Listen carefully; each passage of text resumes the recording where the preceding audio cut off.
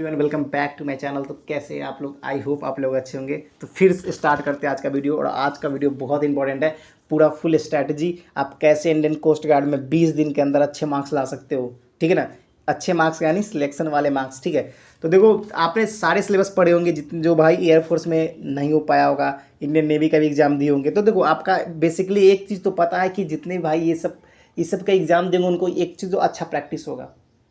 Practice तो अच्छा होगा, चाहे एमआर के एग्ज़ाम दिए होंगे, चाहे XY ग्रुप के एग्ज़ाम दिए होंगे, तो ये वो तो डीबी से बड़े होंगे। अब जिनका दोनों अच्छा है वो जीडी से बड़े होंगे। तो देखो अभी जो है ना, लास्ट टाइम में क्या करने का है, सबसे पहला लॉजिक सबसे इंपॉर्टेंट क्या है कि आपका मॉक टेस्ट है एक। ठीक है, मॉक टेस्ट ये नहीं कि टेक्स्ट बुक, 2-3 मॉक टेस्ट लगाओ। मतलब कि फ्री वाले आते हैं बहुत सारे, परचेज करने की कोई जरूरत नहीं, फ्री वाले आते हैं। टेक्स्ट बुक का ले लो, ओलिव ग्रीन, बहुत सारे के मॉक टेस्ट आते हैं, ग्रेड अप के आते हैं। तो उस सभी का ना मॉक टेस्ट लगा के जाओ। कि अब पता है ऐसे क्यों बोल रहा हूँ, उसका मेन रीज़न है कि सबका ना पैटर्न थोड़ा थोड़ा सा ना, क्वेश्चन का लेवल, डिफिकल्टी लेवल अलग अलग रहता है। ऐसे सारे टाइप के क्वेश्चन आपको कवर हो जाएंगे, समझ गए। और सबसे इम्पोर्टेंट बात, बहुत चीज़ पढ़े होगे आपने लेकिन रिवीजन नहीं करते हो लास्ट टाइम में, बहुत सब याद होगा नहीं, यही आपका मेन गलती है। अगर आप रिवीजन नहीं करोगे तो फंस जाओगे। बस रिवीजन बहुत ज़रूरी है। और एग्ज़ाम में किस बात से गलती करते हो पता है आपका? सिंपल सा लॉजिक पता है क्या होता है? मान लो कि आपका 60 क्वेश्चन है, तो आपके एग्जाम में होता है क्या कि आपके पास 10 मिनट बचा है ना, आप हड़बड़ाने लगते हो। मान लिया आपने 20-30 क्वेश्चन सही किए, उसके बाद आपके को टाइम बच गए 15 से 20 मिनट, बहुत ज़्यादा हड़बड़ाते हैं और भाई 15 से 20 मिनट इतना क्वेश्चन बचा हुआ है, अब सीधा तुक्का मारते हैं। पता है इसमें क्या गलती होता है कि जो क्वेश्चन आता भी है ना, आता भी है, वो क्वेश्चन को भी आप ले डूबते हो, तुक्केबाजी की तरह से गलती कर लेते हो। पता है क्या फंडा? अगर तुक्का ही मारना है तो लास्ट के 4 या 3 मिनट बचे तब मारो, उससे पहले पूरे कोशिश करो क्वेश्चन को सॉल्व करने का। अबे भैया तुक्का ही मारना है तो लगातार टिक टिक मार देंगे, कितना टाइम लगेगा? 1 मिनट में 10-20 तुक्का मार सकते हैं क्या? तो इस चीज़ पर ध्यान रखना, यही चीज़ मेन मोटिव है ना सिलेक्शन लेने का।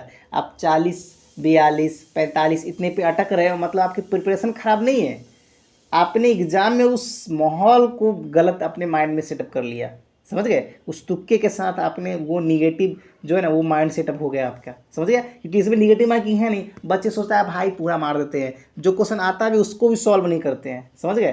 तो ये गलती मत करना, ठीक है ना। ये बात मैं कर रहा था नेवी, सॉरी नेवी नहीं, आपका Indian coast guard domestic branch का। अब मेन मुद्दा आते हैं आपका जीडी का, ठीक है ना, ग्राउंड ड्यूटी की। अब देखो ग्राउंड ड्यूटी में होता क्या कि 2 सिलेबस होते हैं, इसका सिलेबस वास्ट हो जाता है, ठीक है ना। तो अगर एक चीज़ ध्यान लो, एक चीज़ जान लो, ग्राउंड ड्यूटी वाले जितना जीडी वाले हैं इंडियन कोस्ट गार्ड के, आपको अगर सिलेक्शन लेना है ना तो पहले पेपर में अच्छा करना होगा कन्फर्म। क्योंकि पहला पेपर खराब किए तो दूसरा पेपर ज़िंदगी में कर लो आप, कभी 50 में 45-40 नहीं ला सकते हैं। ध्यान रखना इस बात को, मैं बोल रहा हूँ अभी।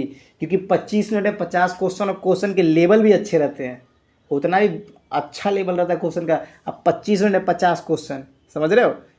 तो यही खेला आपका पहला जो पेपर है, उसमें कम से कम 45 नंबर से तो कम नहीं आने चाहिए अगर लेना है तो। 45 प्लस ही समझो, 45 से कम नहीं, 45 प्लस ही समझो।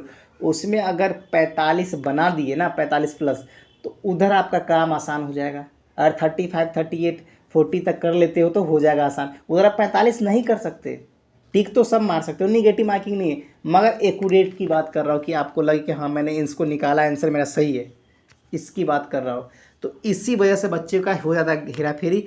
तो बहुत ज़्यादा घबराने की वजह से होता है। देखो पहला पेपर शांति से, दूसरा पेपर में घबराएगा ही, कोई भी घबराएगा। उसके लिए 2-3-4 मिनट 5 मिनट पहले ही आप तुक्का, 5 मिनट बचे तो तुक्का मारना स्टार्ट करना। उससे पहले क्वेश्चन को सॉल्व करो, कम से कम 20 मिनट तक आपको क्वेश्चन सॉल्व करना है।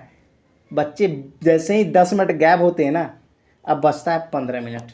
अब 15 मिनट बच्चे बाप, 15 मिनट अब टाइम है, अब क्या करेंगे, अब तो तुक्का चलेगा भाई, नहीं तो नहीं हो पाएगा सारा क्वेश्चन सॉल्व। अब तुक्के मारते शांति होते हैं। जब आप तुक्का मारते हो पता क्या होता है, जो क्वेश्चन आपने तुक्का मार दिया ना एक बार, फिर उसको करने का मन नहीं करता, समझ गए।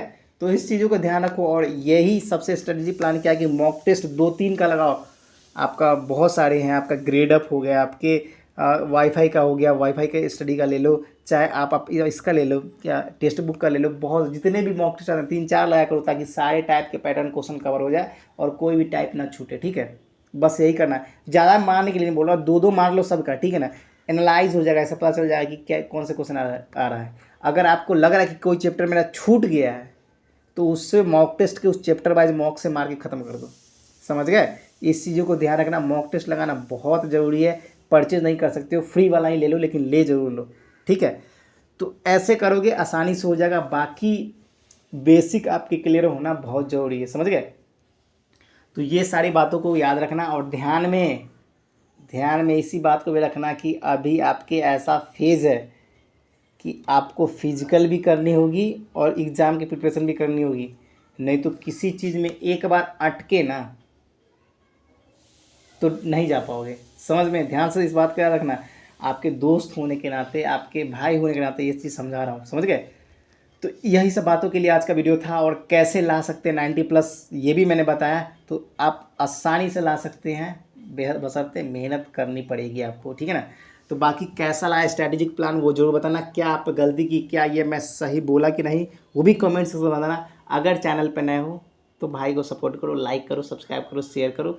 बस यही चाहते हैं। बाकी जो भाई टेलीग्राम पे नहीं जुड़े वो टेलीग्राम पे भी जुड़ जाना, ताकि आपको मैथ्स का अगर कोई बेसिक कॉन्सेप्ट नहीं पता हो, चाहे आपको करंट अफेयर्स के बारे में कुछ लगे कि मुझसे छूट रहा है, तो कॉन्सेप्ट मैथ्स का ये चैप्टर नहीं पढ़े, तो बस उसमें लिख देना चैप्टर, मान लो परसेंटेज से आपने कॉन्सेप्ट नहीं पढ़ा तो परसेंटेज लिख देना। अगर पूरे चैप्टर नहीं पढ़े तो उसका भी कमेंट लिख देना, मैं वो सारे टेलीग्राम पे अपलोड कर दूंगा, ठीक है ना? बाकी लिंक मैंने डिस्क्रिप्शन में दे दूंगा, उस पर जाके ज्वाइन हो जाना, ठीक है ना? बाकी फिर मिलते हैं नेक्स्ट वीडियो में। फिलहाल इतना ही। हंसते रहो, मुस्कुराते रहो, बस पढ़ाई के लेके सीरियस से मेहनत करते रहो, ठीक है ना? और टेंशन ना लो, नेवी एसएसआर का रिजल्ट जल्द ही आएगा, ठीक है ना? जल्दी 4-5 दिन में आ जाएगा, ठीक है ना? तो फिर फिलहाल इतना ही।